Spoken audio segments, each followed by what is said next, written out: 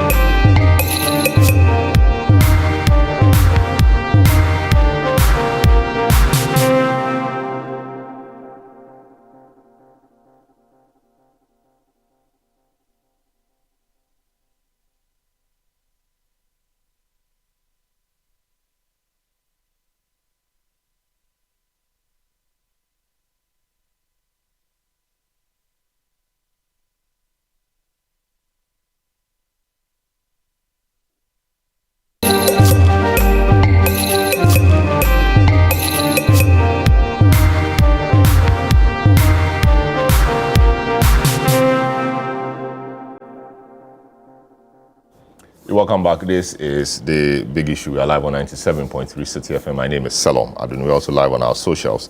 We'll be happy to hear from you. We are looking at two main issues today. The first one is the budget statement that was read earlier in the week by Finance Minister Dr. Atuforsin. A number of things he did. He abolished some taxes, e-levy, COVID levy, betting tax, and all of those were abolished, consistent with the promise they made to the people prior to the 2024 elections. A few more will be done in consultation with the IMF, he says. Also, we'll look at Ghana's debt position, whether the budget really reflected what's on the ground, whether the budget aligns with the promises that the NDC made to the electorate, and a few other issues that have come up. The minority says that the budget more or less is dishonest. It was based on flawed assumptions, amongst many other things. We'll hear them as well whilst they advance their position. The second part of the show, we'll look at the matter of the IGP. George Akufu-Dampare is being replaced by Christian Tete-Yehunu. Tete-Yehunu was sworn in yesterday as the new IGP. We'll see what he brings to the table. With those who know him, what do they have to say about him? What will be his priorities? What will engage his attention the most? Of course, issues of public safety, etc., have come up greatly. What is the strategy around that? We'll speak to those who know him and understand his work ethic. So this is our program for today. But just to provide you some updates, government has announced the elimination of the One District, One Factory policy, the Ghana Cares and New Start programs initiated by the Akufo-Addo government as part of efforts to cut wasteful expenditure. This was revealed by the Finance Minister, Dr. Kesel Atu-Forson, in the presentation of the 2025 budget. The following report by ChannelOne News' Ni Ayikwe has more. The Finance Minister, Dr. Kesel Atu-Forson, in presenting the 2025 budget of the John Dramani Mahama administration, revealed plans to cut down on wasteful expenditure by eliminating the One District, One Factory policy, the Ghana Cares and New Start programs initiated by the Akufo-Addo administration. Right, Honorable Speaker, we will cut waste, and we will cut it very deep. Mr. Speaker, the New Start, One District, One Factory. Mr. Speaker, we will reassign the function development authorities, such as Coastal Development Authority, the Northern Development Authority, the Middle Belt Development Authority, to the district assemblies. He also announced the abolishment of the electronic transfer levy, the betting tax and emissions levy as part of government's revenue measures. We will abolish the 10% withholding tax on betting. We will abolish the electronic transfer levy, e-levy of 1%. We will abolish the emission levy, otherwise as in Wusie tax. We will abolish the VAT on motor vehicle insurance policy. Mr. Speaker, we will abolish the 1.5% withholding tax on unprocessed gold by small-scale miners. Mr. Speaker, to address the concerns from well-meaning Ghanaians on how we are going to close the revenue shortfalls as a result of the removal of the selected taxes, the answer is that we have stopped the bleeding. We are proposing to increase the growth and sustainability levy from 1% on gross production of mining companies to 3% to enable the nation to have its fair share of the windfall. Head of the IMF Technical Assistance Mission, I will inaugurate a VAT reform task force to hold broad consultation with key stakeholders for their input. So, Speaker, the parameters for VAT reform will be to is for them to complete this year. The Speaker, the parameters will include the following: 1, abolishing the COVID levy. Dr. Kesel Atu-Forson also announced some allocations to key policy initiatives and interventions of the government. We will provide a cedi equivalent of $279 million as a revolving for the Ghana Gold Board to be able to purchase, export at least 3 tons of gold per week from small-scale miners. Mr. Speaker, we have allocated 13.85 billion Ghana cedis. Big push project. Mr. Speaker, we have allocated 13.85 billion Ghana cedis for the Big Push program. Mr. Speaker, an amount of 499.8 million Ghana cedis has been allocated for the non-academic fee policy for all first-year students in public sector under the No Fee Stress Initiative. Mr. Speaker, we have allocated an amount of 292.4 million Ghana cedis to commence the distribution of free sanitary pads to female students in primary and secondary schools. Mr. Speaker, we have allocated again an amount of 242.5 million Ghana cedis to support the victim of Akosombo Dam spillage. Right, Honorable Speaker, we have also allocated an amount of 200 million Ghana cedis to support the victim of tidal wave disaster that recently displaced residents in certain parts of Cape South constituency. This year, the budget for free senior secondary school education program is 3.5 billion Ghana cedis. By uncapping the GET fund, we will be making available an additional 4.1 billion cedis specifically for financing free secondary education programs and other related expenditures.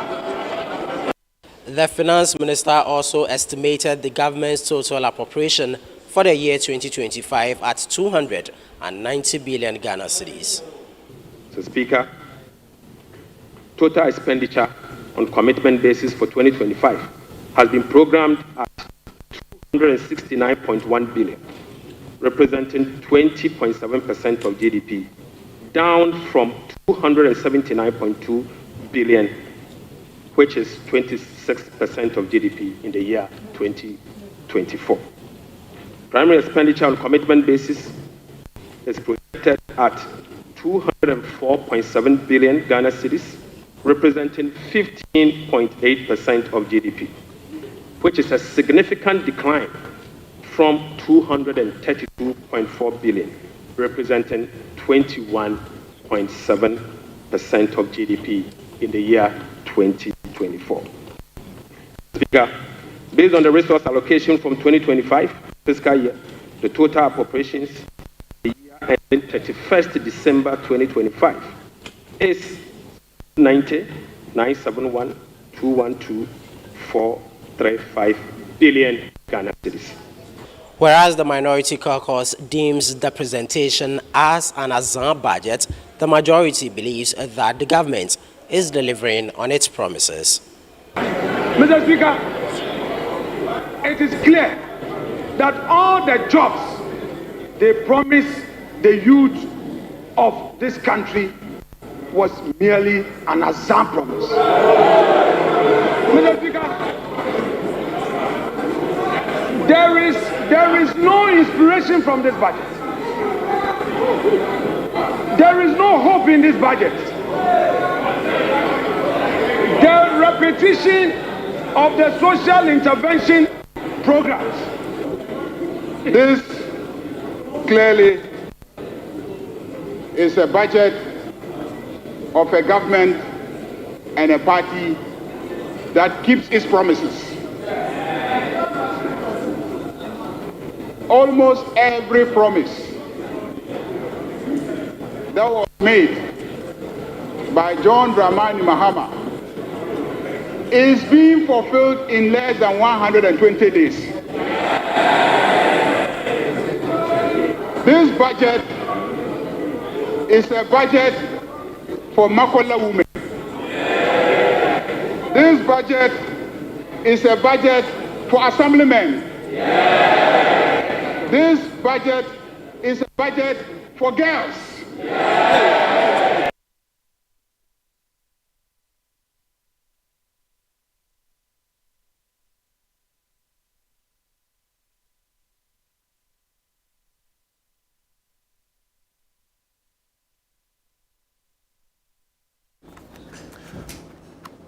All right, so that's Atufosin, concluding that report by my colleague Ni Ayi Kwe Okine. So that's the budget. The budget is upon us. John Mahama's first budget in his comeback term.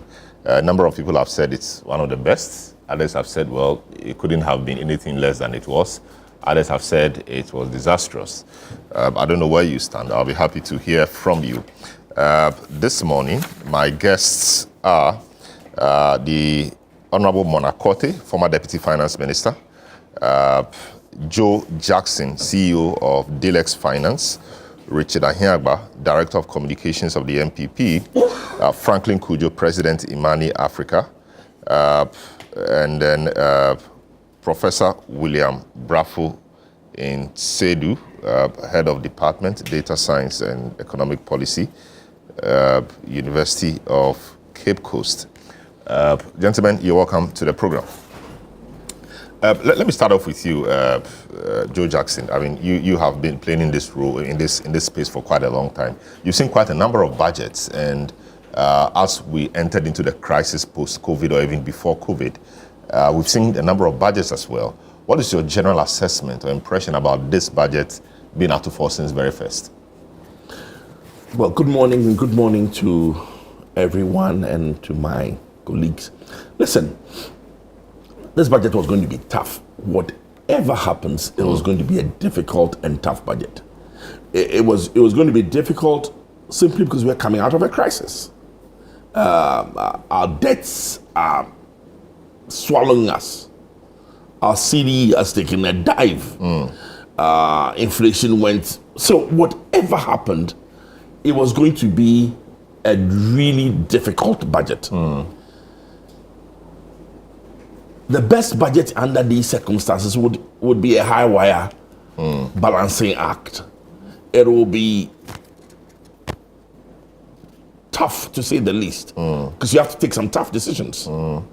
And also there were lots of expectations coming from the manifesto and other promises that had been made. So given all that, given where we are with the economy, given where we are in the IMF program, given where we are as a nation, I think this was a decent budget. This was a good enough budget. Have they taken some really big bets? Listen, there's some huge bets that have been taken. Like what? Of course, the first bet that is taken is that our revenues would what do you call it? Our revenues will meet up with the level expected, right? And there are some interesting things that have been done. For example, with the tax refund regime. So there's been some huge bets. There's a huge bet that there can be the optimism and that we are seeing in the nation now will translate into good things. But those are bets. In the external shock, we are down. If the CD takes a dive, we are in trouble. If we can't revive the cocoa sector, we're in trouble. If the gold, which has held us up, doesn't hold up, we're in trouble. But listen, it's still. So what did we think they would do? I think that the Honorable Minister of Finance is the man of the moment. He stepped up to the plate. He's taking some big bets. And if they execute well, we'll all be happier as a nation. So it's a decent budget. I don't think you can knock it on any of the things, because also you can only look at this budget in the context of what was the situation in the economy at the end of December. Right? Look at all his recounting of our energy sector debt, of our and including the ECG debt, of the cocoa board debt, of the targets we missed, of the spending that took place in the last half of the year. No, it's decent enough. I see. I see. So that's first impression. Let me speak to the Honorable Mona Korte. Good morning. Welcome to the program. What did you set out to achieve with this budget?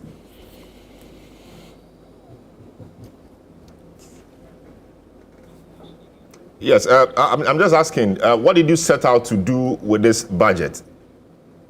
You may want to unmute.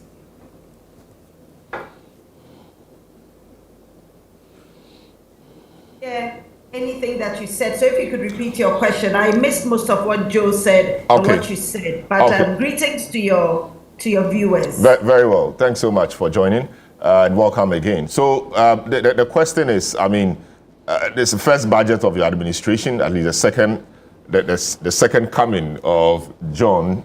This is the first budget. A lot of promises were made prior to the election, on the back of which, hopefully, or I think you won the election. As a first budget, what did you seek to achieve in the context of the kind of economic situation we also find ourselves in? What did you set out to achieve with this budget? Yeah, thank you very much. So, as we all know in this country, many of the citizens were apprehensive about the way the economy was going. There was a lot of talk about the direction of the economy pre-election and even post-election, because again, people didn't have clarity. Citizens and investors into Ghana didn't have clarity as to where the economy was going and even how issues would be resolved. I mean, we were coming out of a debt crisis. We could not sustain our debt servicing and all that, and a litany of issues that I wouldn't want to go back into. Therefore, a lot of people were looking for clarification and some sense of how this would be resolved. And that is exactly what this budget sought to do. So basically, the Minister of Finance came out to clearly show Ghanaians at the action plan. Remember, we kept saying that the NDC manifesto was not a list of promises, but more of an action plan. So I'm sure that a lot of people have seen the synergy between the manifesto and the budget that has come out now. I see. So discussions with the IMF, fortunately, through the domestic debt restructuring program, that has been contained to a large extent. We now have to deal with the external debt. But that is a smaller proportion of everything. So there is now some clarity. And this budget is showing the map for the next year on how we are going to achieve macroeconomic stability for the nation and how we are going to get the economy back on track while still making sure that we take care of the vulnerable in our society. So you would notice that there's emphasis on revenue rationalization and exactly how that is going to be done, where we are going to find money from, how we are going to improve compliance, and then more importantly, the spending-led fiscal adjustments. So it's going to be emphasis on expenditure, cutting expenditure. And I'm sure most people who listen to the budget in Parliament heard the minister emphasizing we are going to cut expenditure. That has already begun, and that is going to be a major part of this year as well. Now, as I said, it will not be to the detriment of most people, because we'll make sure that the socially vulnerable are taken care of. We've also given a lot of relief in the area of revenue, so most people will enjoy that. The areas where expenditure will be cut will be mainly in the areas of waste. So regular citizens will not feel that, private sector will not feel that. Instead, we are going to improve the areas that will support private sector and also improve the lives of regular citizens. That's what you're already seeing bill rates coming down. That again will hopefully, fingers crossed, impact inflation. And with the economic transformation agenda, especially in the area of agriculture, we should be able to improve food security and improve our currency depreciation rate. Either we are stabilizing or we are depreciating at a very, very small rate, because we all know that in 1 year, you cannot stop Ghanaians from still enjoying their imported goods and services. But the aim is to at least stabilize or reduce the rate of stabilization significantly. So basically, it's macro stabilization of the economy, whilst making sure that the citizens do not feel too much of a pinch. Very well, great.